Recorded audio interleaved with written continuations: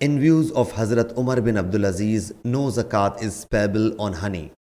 Hazrat Salim bin Abdullah has reported from his father that the Prophet ﷺ said, "A tenth is payable on the crop that is watered by rain or springs, or the crop itself absorbs underground water, and a 20th on the crop which is watered by a well."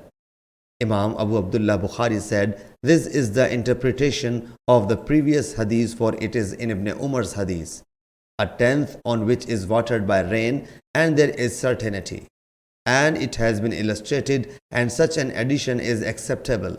And a self-exclamatory hadith clarifies an abridged hadith when it has been reported by Hufaz, such as Hazrat Fadl bin Abbas has reported that the Prophet ﷺ did not perform any prayer inside the Kaaba, whereas Hazrat Bilal has said that he performed. So Hazrat Bilal's saying was accepted and Hazrat Fazl's saying was forsaken.